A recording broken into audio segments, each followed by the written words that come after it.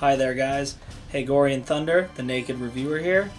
You know, over 10 years ago, two games emerged on the American market which created a whole new subgenre for gaming. First came Ogre Battle, to mediocre success, followed shortly afterwards by Final Fantasy Tactics, the well-known cult classic which just received a makeover last year on the PSP. Now what made these games so unique for their time? They were the first strategy RPGs to be well received stateside. And after them came a whole slew of grid-based, party-customizable games, some having a positive effect on the industry, like Front Mission 3 and Disgaea, whilst others felt staler than 3-month-old writs, in example, the Vandal Hearts series and the unnecessary Final Fantasy Tactics Advanced series. So what's Sega doing this season? Doing what they're best at, taking a gamble. Their new project, Valkyria Chronicles, a PS3 exclusive strategy RPG, boasts all new types of strategy gameplay in a real-time environment.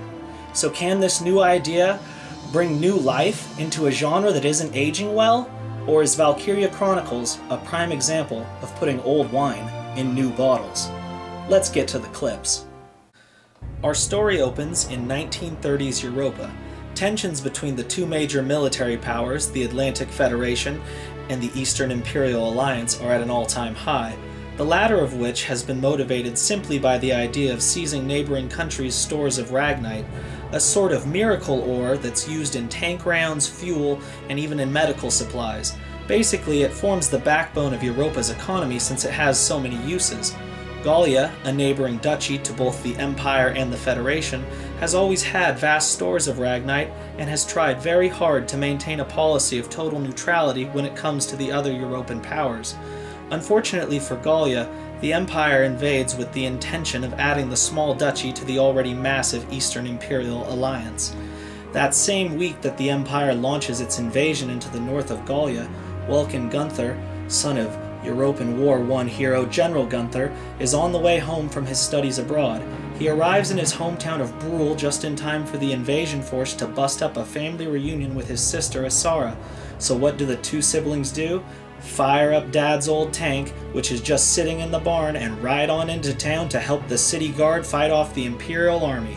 From there, the conflict escalates into a full-scale campaign for control of Gallia, with Welkin, Alicia, and the whole of Squad 7 as the main characters. The gameplay is presented in a way that is reminiscent of Final Fantasy Tactics, in the sense that the player is supposed to be reading events from a book that have already taken place. Yet in this sense, we are actually given a book instead of a world map. The game breaks itself down into story chapters, with battles taking place once or twice a chapter. When in battle, the game breaks itself down into a simple pattern. The player is given the option to deploy his tanks and usually 8 or 9 troopers to support them. Then, each turn the player is assigned between 8 and 12 command points, also known as CP. It takes 1 CP to move and take actions like shooting or throwing a grenade with a foot troop. It takes 2 CP to make actions with a tank. CP can also be used to issue orders which can affect unit status or affect the battle directly. CP that remains unused at the end of a turn always carries over to the next, to a maximum of 20 CP a turn for the player to use as he or she sees fit. This is also where the game shows its first big flaw. The computer nearly always has 20 CP to use, but it might use 5 a turn, then waste the other 15 by not acting at all when it has troops that haven't yet been committed to the battle. This system either results in the game being far too easy or just becoming a computer-calculated cheese fest. It was really difficult to find a middle ground, yet I enjoyed the challenge when the computer decided to play dirty. If a member of your squad goes down, you'll need to reach them before the enemy, or else they'll be gone for good. Medic! In battle, the player has access to 5 types of troopers. Scouts, they might not be well equipped, but they are your eyes in the fog of war. Shock troopers, the backbone of Squad 7's primary offense and defense against enemy troops of all types. Lancers, your anti-armor troops. Snipers, who, well, they snipe, and can usually kill with a single headshot. And finally, engineers, who don't really fight, but play a support role, fixing tanks, disarming mines, and rebuilding fortifications. It's important to note that I never saw an enemy engineer. leading me to believe that they give the player a huge combat advantage. Along with these classes, the customization in Valkyria Chronicles comes in the form of handpicking your squad members, since no two characters have the exact same potentials, and developing new weapons and technology for both the classes and the tanks. Money and experience are both acquired from battle reports of either story missions or skirmish missions that rate you on speed of victory and types of enemies fought. The money is spent in the R&D facility, while the experience is used on the training field to level up the various classes.